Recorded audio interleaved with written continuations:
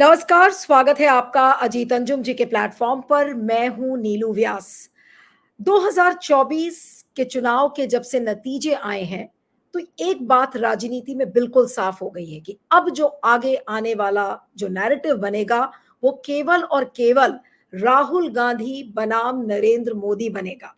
लेकिन इसके पहले कि मैं आपको बताऊं कि राहुल गांधी ने किस तरीके से प्रधानमंत्री नरेंद्र मोदी के कार्यकाल तीसरे यानी कि 3.0 में किस तरह से मोदी के लिए नासूर बनते जा रहे हैं राहुल गांधी, मैं आपको कुछ पिछली यादों की तरफ आपको लेकर जाना चाहती हूं। आपको याद होगा कि नरेंद्र मोदी और बीजेपी की जो ट्रोल आर्मी थी, वो राहुल गांधी को कैसे रेफर करती थी। उनके बारे में ये कहा जाता था कि वो पप्पू हैं। पप्पू यानी कि वो व्यक्ति जो कि जिसको ज्यादा समझ नहीं है। हालांकि पप्पू शब्द उत्तर भारत में किसी भी एक बच्चे के लिए कहा जाता है और उसका निक नेम होता है, पेट नेम जिसको हम कहते हैं। लेकिन पप्पू जैसे ही आप गूगल पर टाइप करने लगे, तो सरकार ने कुछ ऐसा नैरेटिव गढ़ दिया था कि पप्पू आप जैसे ही गूगल पर टाइप करेंगे, राहुल गांधी की तमाम तस्वीरें गूगल पर आ जाती थी। इस तरीके की छवि राहुल गांधी के लिए बनाई गई थी। करोड़ों रुपए बीजेपी ने अपने फूंक डाले थे पप्पू कैंपेन में। बतौर पप्पू कैंपेन खड़ा किया गया था बीजेपी की ट्रोल आर्मी द्वारा, यह साबित करने के लिए कि राहुल गांधी को कुछ नहीं आता है, उनको राजनीति की एबीसी भी नहीं आती है। इस चीज को साबित करने में नरेंद्र मोदी को और मोदी जी की आर्मी को, जो ट्रोल आर्मी है, उसको कितने साल लग गए। लेकिन वो सारे पैसे पानी में बह गए, क्योंकि अब राहुल गांधी की जो छवि है, वो एक ऐसी छवि है जो अब मोदी जी की ही छवि को अब एक एक करके धराशाही करने की कोशिश कर रही है। हर दिन कोई एक ऐसा एपिसोड, हर दिन कोई एक ऐसा चैप्टर सामने आ जाता है जहां पर नरेंद्र मोदी का राहुल गांधी के आगे खड़े होना मुश्किल हो जाता है। अब आपको याद दिलाते हैं वो जुमलों की जो नरेंद्र मोदी जी ने राहुल गांधी के लिए इस्तेमाल की थी। याद करिए वो दिन जो 2020 में, जब संसद में प्रधानमंत्री नरेंद्र मोदी ने राहुल गांधी को ट्यूबलाइट कहा था। याद है आपको? उन्होंने कहा था कि बहुत से ट्यूबलाइट ऐसे ही होते हैं, कुछ जवाब में उन्होंने कहा था, और उसके बदले में राहुल गांधी ने नरेंद्र मोदी ने उनको ट्यूबलाइट कह के बुलाया था। तो ट्यूबलाइट शब्द एक ऐसा शब्द था जो राहुल गांधी के लिए इस्तेमाल किया गया था। उसके बाद एक रेफरेंस में राहुल गांधी को नरेंद्र मोदी ने मूर्खों का सरदार कह दिया था। उसके बाद महाज्ञानी उनके लिए इस्तेमाल किया गया था कि वो कांग्रेस के महाज्ञानी हैं। और उसके बाद चुनाव में आपने कई बार देखा कि उनको शहजादा शब्द से नवाजा गया। शहजादा यानी कि वो एक रॉयल फैमिली से आते हैं, परिवारवादी पार्टी से आते हैं, जिनके मुंह में जो अंग्रेजी में एक फ्रेज है that he is born with a silver spoon, यानी कि चांदी का चम्मच लेकर वो पैदा हुए थे, इसलिए उनको राजनीति का र भी नहीं आता है, और राजनीति की जो कठिनाइयां हैं उससे राहुल गांधी बिल्कुल परे हैं। ये सब बातें उनके बारे में कही गई थी। और अभी जो 2024 का चुनाव था, लेकिन हर स्टेज पर राहुल गांधी ने अपने आप को कैसे प्रूव किया है। और उनके बारे में ये कहा जाता है कि अरे वो तो आए आए दिन वो इटली चले जाते हैं, आए दिन वो भाग जाते हैं। लेकिन उन सारी छवि उस छवि को कैसे राहुल गांधी ने धराशायी करते हुए एक लंबी यात्रा करी, और भारत जोड़ो यात्रा के दौरान उन्होंने ये साबित कर दिया कि वो एक शाही परिवार से नहीं है, बल्कि एक वो आम इंसान से, एक आम आदमी से संवेदना रखने वाले लीडर है। इस तरीके की छवि राहुल गांधी ने अपनी बनाई। लेकिन इस चुनाव के दौरान भी, यानी कि 2024 के चुनाव के दौरान भी, आपने देखा होगा कि राहुल गांधी को नीचा दिखाने में प्रधानमंत्री ने कोई भी कसर नहीं छोड़ी। यहां तक कि उसके पहले आपने देखा होगा कि किन किन कठिनाइयों का राहुल गांधी ने सामना किया। उनको डिस्क्वालीफाई कर दिया गया संसद से, फिर वो कोर्ट गए, कोर्ट से उनको जब जीत मिली, वो वापस संसद में लौटे। यानी कि एक लंबी यात्रा तय करके राहुल गांधी आए। लेकिन उस यात्रा के बावजूद नरेंद्र मोदी राहुल गांधी को कभी एक्नॉलेज शायद नहीं कर सकते। और इसका सबूत कैसे मिला? इसका सबूत, जब अभी राष्ट्रपति का अभिभाषण था, तो अभिभाषण के दौरान भी उन्होंने राहुल गांधी को एक्नॉलेज ही नहीं किया कि वो लीडर ऑफ द ऑपोजिशन है। अब तो वो पूरे विपक्ष के नेता हैं। वो पप्पू नहीं है, वो महाज्ञानी नहीं है, वो ट्यूबलाइट नहीं है, वो शहजादा नहीं है, अब वो पूरे विपक्ष के नेता हैं। एक ऐसा नेता जिसने कि ये साबित कर दिया कि ये वो काम कर सकता है जो प्रधानमंत्री नरेंद्र मोदी नहीं कर सकते। सैकड़ों किलोमीटर पैदल चल के यात्रा करना और जिन-जिन मुद्दों पर जनता की आवाज उठनी चाहिए, जनता की आवाज नरेंद्र मोदी ने नहीं सुनी, उसी आवाज को सुनने की कोशिश की राहुल गांधी ने। और आज राहुल गांधी नेता विपक्ष हैं, लेकिन संसद के अंदर भी राहुल गांधी ने नेता विपक्ष को क्या कहा? उन्होंने कहा कि ये तो बालक बुद्धि है, तुमसे ना हो पाएगा। ये बात राहुल गांधी के लिए नरेंद्र मोदी ने कही थी। लेकिन अब आप याद करिए कि जिस तरीके से राहुल गांधी को लगातार नरेंद्र मोदी ने डिसमिस करने की कोशिश की पिछले 10 साल में, अब जो दौर शुरू हुआ है, इस पूरे समय में अब राहुल गांधी हर दिन मोदी जी के लिए कुछ ना कुछ मुसीबत खड़ी करेंगे। मुसीबत यानी कि एक्चुअल टर्म्स में मुसीबत नहीं, लेकिन जवाबदेही तय करेंगे। जितना ही जवाबदेही और अकाउंटेबिलिटी से नरेंद्र मोदी भाग रहे थे, उसी जवाबदेही को तय करेंगे राहुल गांधी हर दिन। और मैं एक लंबी लिस्ट आपको बताती हूं, जो कि अभी जिसका सबूत सबके सामने है। आपको याद होगा कि जब अभी एग्जिट पोल्स आए थे, तो एग्जिट पोल्स में जो स्टॉक मार्केट का एक स्कैम आया था, उस स्कैम की बात राहुल गांधी ने प्रेस कॉन्फ्रेंस में कही और उन्होंने कहा कि जिस तरीके से लोगों के पैसे डूबे हैं, और वो भी नरेंद्र मोदी और अमित शाह के कहने पर जिस तरीके से आह्वान किया गया लोगों को कि आप इसमें पैसा लगाइए, तो ये बड़ा स्कैम है और इसकी छानबीन होनी चाहिए जॉइंट पार्लियामेंट्री कमेटी द्वारा, यानी कि जेपीसी द्वारा इसकी छानबीन होनी चाहिए। तो इस चीज को राहुल गांधी ने लगातार उठाया। लेकिन सिर्फ वो एक मुद्दा नहीं था जिसके बारे में राहुल गांधी ने बोला। ये तो पहला मुद्दा था जिसमें कि शेयर मार्केट में एग्जिट पोल के नाम पर घोटाले का उन्होंने आरोप लगाया। उसके बाद नीट परीक्षा की पेपर लीक की घटनाएं जिस तरीके से लगातार सामने आ रही हैं, वो भी एक बड़ा घोटाला है जिसको कि राहुल गांधी, मल्लिकार्जुन खड़गे सब ने पुरजोर तरीके से उठाया है। और बार बार राहुल गांधी ने यह कहा कि आज मैं उन छात्रों के साथ हूं जिनका भविष्य अधर में लटका है। बार बार उन्होंने इस चीज को कहा कि जिस तरीके से ये नीट पेपर घोटाला हुआ है, इसके लिए केवल और केवल नरेंद्र मोदी जिम्मेदार है। और इस चीज को एक नहीं कई बार राहुल गांधी ने कहा और बार बार नरेंद्र मोदी सरकार से जवाबदेही इस पर मांगी जा रही है। हालत यह है कि वही शिक्षा मंत्री जो कि पहले एक्नॉलेज ही नहीं कर रहे थे कि भाई एनटीए ने कुछ गड़बड़ किया, यानी कि नेशनल टेस्टिंग एजेंसी ने, उनको मजबूरी वश मानना पड़ा। क्यों? क्योंकि राहुल गांधी का दबाव इतना था।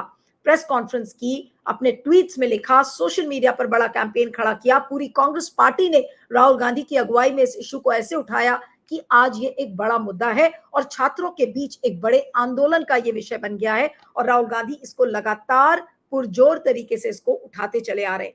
तो आपको मैंने इस एग्जिट पोल्स का एग्जाम्पल दिया, उसके बाद मैंने आपको नीट पेपर लीक के बारे में बताया। उसके बाद अग्निपथ योजना को लेकर जिस तरीके से संसद में हावी हुए थे राहुल गांधी, ये सब ने देखा था कि अग्निपथ स्कीम के बारे में उन्होंने अग्निवीर अजय सिंह की बात की कि उनको मुआवजा नहीं मिला है, जिस पर राजनाथ सिंह खड़े हो गए। उन्होंने कहा कि नहीं, हम तो 1 करोड़ मुआवजा देते हैं। और जिसके बाद आर्मी से एक डिफेंस तैयार किया गया और उसमें कहा कि नहीं, हमने तो लगभग 98 लाख रुपए दे दिए हैं और 67 लाख रुपए बाकी हैं। उस झूठ का भी पर्दाफाश कांग्रेस ने ही किया और राहुल गांधी ने यह साफ साफ बता दिया एक वीडियो द्वारा कि किस तरीके से राजनाथ सिंह झूठ बोल रहे हैं और राजनाथ सिंह को उस पर माफी मांगनी चाहिए।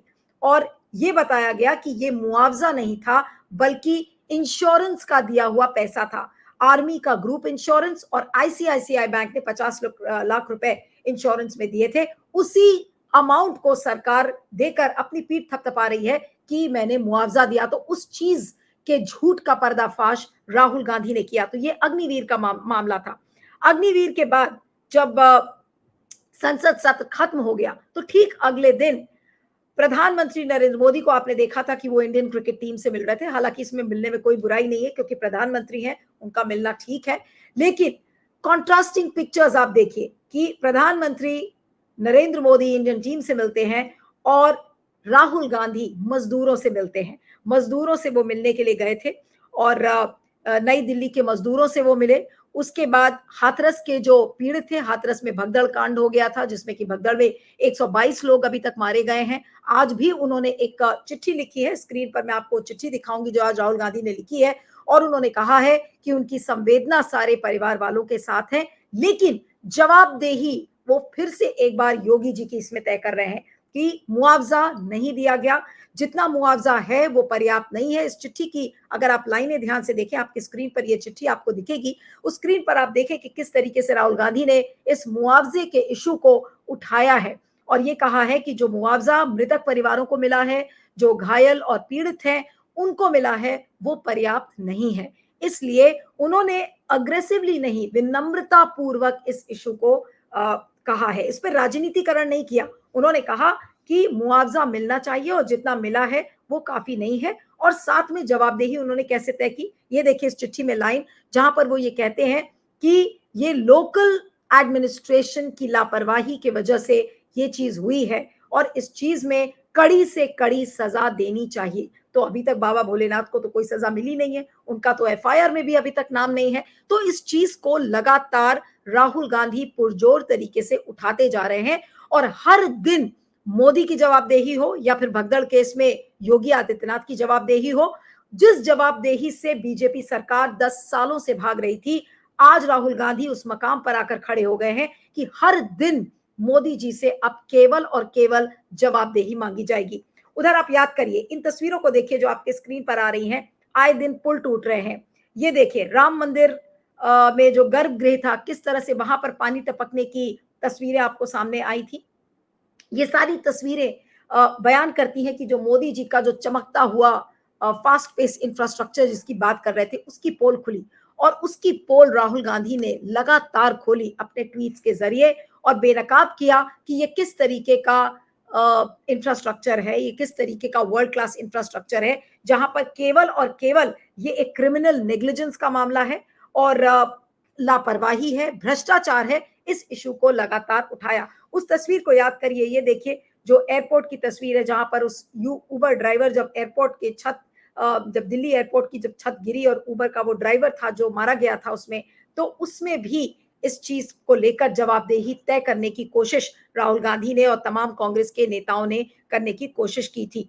उसके बाद अगर आप देखें तो लगातार इस चीज पर फोकस राहुल गांधी का बना हुआ है कि वो समाज के अलग अलग तबकों से मिले और उसके बाद जब हाथरस से मिलकर लौटे उसके बाद वो रेलवे के लोको पायलट से मिले थे। आपको याद होगा अभी ट्रेन क्रैश हुआ था जिसमें कि कंचनजंगा एक्सप्रेस में भिड़ंत हो गई थी और उस भिड़ंत में ड्राइवर्स पर क्या बीती है, ड्राइवर्स किस असुरक्षा में काम करते हैं, लंबे घंटों तक काम करते हैं, लेकिन उनकी ना वैकेंसीज भरी जा रही हैं, ना उनको वेतन ठीक से मिल रहा है। तो आज अगर वो लोको पायलट से मिलने गए थे तो वहां पर भी एक तरीके से सरकार को वो ये बताने की कोशिश कर रहे हैं कि देखिए मैं समाज के हर तबके से मिल रहा हूं, मैं समाज के हर तबके की दिक्कतों से अवगत हूं।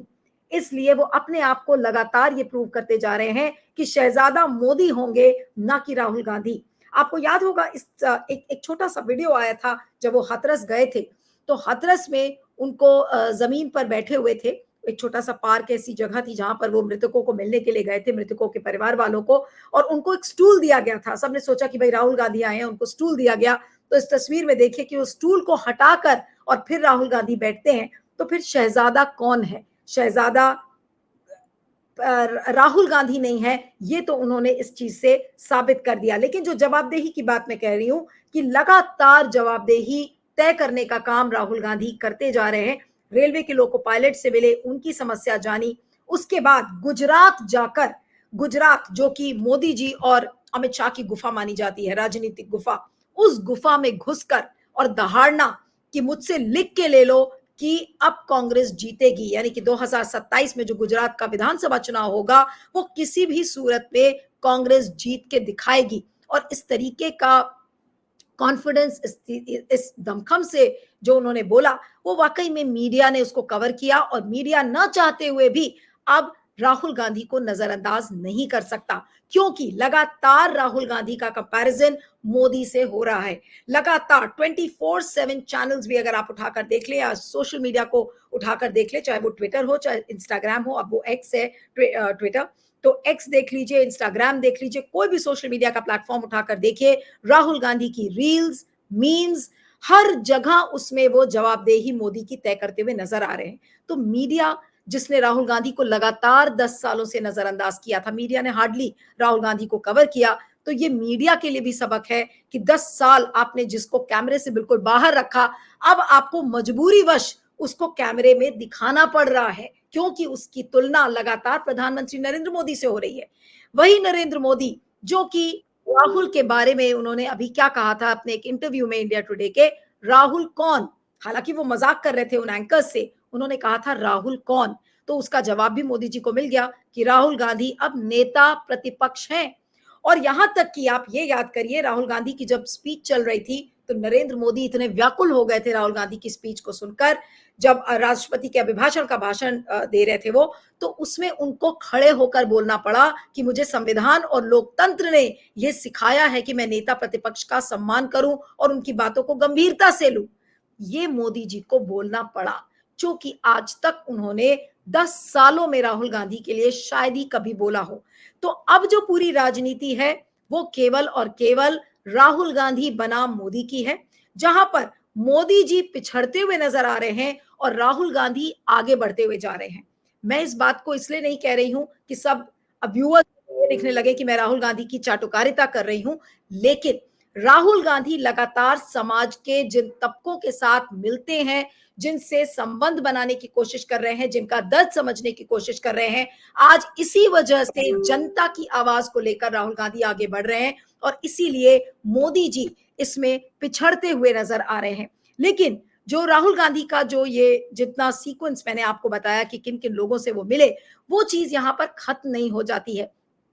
कल राहुल गांधी असम जा रहे हैं और असम में आपको पता है कि बाढ़ आई हुई है, बाढ़ ग्रसित लोगों के साथ वो मिलेंगे, बात करेंगे, तो वहां पर हिमंता बिस्वा शर्मा के नाक में अब वो दम करेंगे, वहां पर हिमंता बिस्वा शर्मा की जवाबदेही को तय करेंगे और उसके बाद वो मणिपुर जा रहे हैं, वही मणिपुर जिसको कि नरेंद्र मोदी ने अपने मैप से बिल्कुल बाहर कर दिया। लोग ये कहने लगे कि नरेंद्र मोदी के लिए मणिपुर भारत में है ही नहीं और वो इस तरीके से बिहेव कर रहे हैं, मणिपुर की वो बात ही नहीं कर रहे हैं। अभी जब उन्होंने भाषण दिया था उसमें ये उन्होंने कहा कि देखिए मणिपुर में इतना विकास हुआ है, वहां पर इतने स्कूल्स खुले हैं, तमाम उस तरीके की बातें की गई, लेकिन मणिपुर जाने की बात प्रधानमंत्री के मोदी के मुंह से किसी ने नहीं सुनी।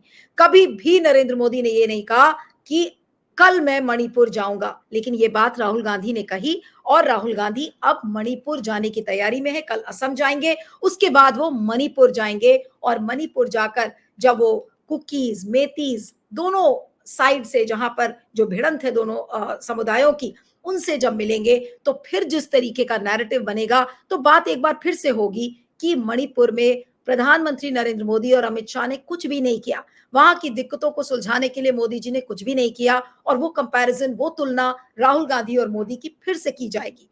तो ये वो मीडिया है जिसने कि पूरा बहिष्कार राहुल गांधी का 10 सालों में किया था, लेकिन अब वही मीडिया विवश हो गया है राहुल गांधी को दिखाने के लिए, क्योंकि जब लगातार राहुल गांधी नरेंद्र मोदी के नाक में दम करेंगे तो मीडिया उनको अब नजरअंदाज नहीं कर सकता है, क्योंकि वो LOP है, लीडर ऑफ द ऑपोजिशन, यानी कि नेता विपक्ष, और नेता विपक्ष का जो काम है, नेता विपक्ष को चाह कर भी वो लोग नजरअंदाज नहीं कर सकते।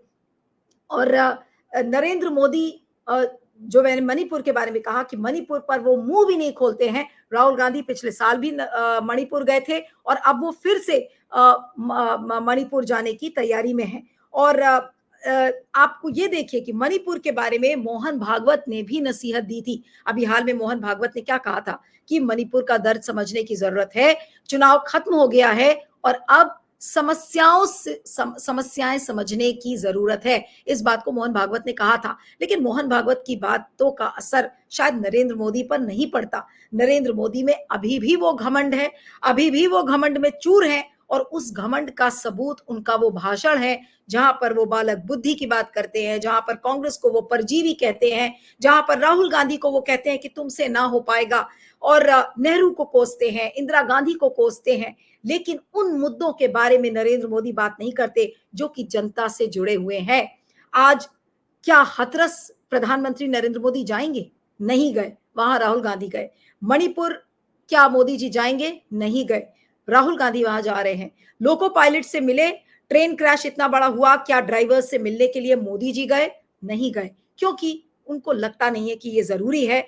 और उनको जो चीज समझ में नहीं आ रही है वो ये नहीं समझ में आ रही है कि अब लगातार नेता विपक्ष के रूप में जब राहुल गांधी समाज के हर तबके से मिलेंगे, उनके दर्द को बांटेंगे, सरकार की जवाबदेही तय करेंगे, लगातार सवाल पूछेंगे, तो नरेंद्र मोदी कब तक राहुल गांधी को से भागते रहेंगे। और जो तमाम संज्ञाएं मैंने आपको बताई थी, जो शुरू में बोली थी उन्होंने कि ये मूर्खों का सरदार है, ट्यूबलाइट है, शहजादा है, पप्पू है, आज वो सारी संज्ञाएं अगर दोबारा भी इस्तेमाल हो तो शायद राहुल गांधी के लिए कोई फर्क नहीं पड़ेगा, क्योंकि अब उन्हें पता है कि जनता की ताकत उनके साथ है।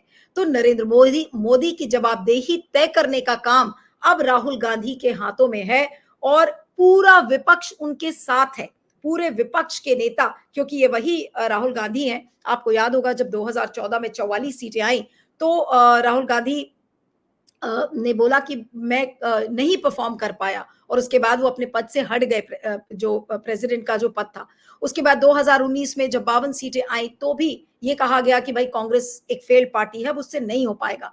लेकिन 2024 में 52 सीटों से 99 सीट लाना और पूरे विपक्ष को एकत्रित करना, जनता के मुद्दे उठाना, और वो भी किन हालात में, जब कांग्रेस के अकाउंट्स को फ्रीज किया गया, कांग्रेस के नेताओं को तंग किया गया, विपक्ष के सारे नेताओं को, कुछ नेताओं को तो जेल भेजा गया, अरविंद केजरीवाल, हेमंत सोरेन, उसके अलावा सीबीआई की रेड, ईडी के केसेस तमाम जिस तरह से विपक्षी दलों के नेताओं के ऊपर लगाए गए थे, अगर उस सिचुएशन में, उस हालात में अगर आज विपक्ष एकत्रित है, एकजुट है और कांग्रेस को 99 सीट्स मिली हैं और अब तो 100 हो गई हैं, तो क्या आप इसे एक छोटा मोटा अचीवमेंट कहेंगे? और क्या फिर आज राहुल गांधी जिस तरीके से जनता के बीच में देखे जाएंगे, तो नरेंद्र मोदी और उनका जब कंपैरिजन होगा तो कौन आगे होगा? तो लगातार मोदी जी की नाक में दम करने का काम राहुल गांधी करेंगे। राहुल गांधी के पास खोने के लिए कुछ नहीं है, उनके पास आसमान है, जमीन है पूरी कवर करने के लिए, और इश्यूज की कमी नहीं है। उनके पास उन मुद्दों की कमी नहीं है जिन मुद्दों को वो उठाकर और समाज से अपने आप को कनेक्ट कर ले, चाहे वो गरीबी हो, चाहे महंगाई हो, बेरोजगारी हो, अग्निवीर हो, किसान हो, महिलाएं हो, सब तबके से वो अपने आप को कनेक्ट कर सकते हैं और हर मुद्दे पर वो सरकार को विफल सरकार बता सकते हैं। इसलिए राहुल गांधी एक पावरफुल नेता, एक ताकतवर नेता के रूप में उभर गए हैं और उनके साथ अब पद है, ताकत है, पूरे विपक्ष का साथ है। तो अब शायद राहुल गांधी को नरेंद्र मोदी नहीं रोक पाएंगे, लेकिन नरेंद्र मोदी को जिस चीज से डरने की जरूरत है वो ये है कि जनता से वापस वो अपना कनेक्ट कैसे बनाए, क्योंकि वो कनेक्ट वो खो चुके हैं और उसी कनेक्ट को लगातार राहुल गांधी बनाने की कोशिश कर रहे हैं और वो इसी तरह से बनाएंगे। अगर मोदी की जवाबदेही वो तय करेंगे तो जनता से उनकी कनेक्ट और तेज होगी और तीव्र होगी, और वो उनको लीडर ऑफ द ऑपोजिशन को ऑलरेडी एक शैडो प्राइम मिनिस्टर के रूप में कहा जाता है। तो शैडो प्राइम मिनिस्टर की जब वो पोजीशन में आ गए हैं तो फिर प्राइम मिनिस्टर बनते हुए अगर उनको कोई देखेगा या अगर विपक्ष उनको प्राइम मिनिस्टर बनाने की बात कहेगा तो उसको कोई नजरअंदाज अब नहीं कर सकता है। तो केवल और केवल अब मोदी जी का कंपटीशन राहुल गांधी से है। पहले तो ये कहा जाता था कि मोदी बनाम कौन कौन होगा नेता, तो आज राहुल गांधी उसी नेता के रूप में उभर आए हैं जो केवल और केवल एकमात्र नेता जो मोदी जी को उनके घर में घुसकर ललकारता है, चुनौती देता है और हर मुद्दे पर मोदी जी की अकाउंटेबिलिटी, उनकी जवाबदेही को तय करता है। ये है राहुल गांधी की जर्नी और उसी जर्नी को कवर करते हुए राहुल गांधी आए हैं।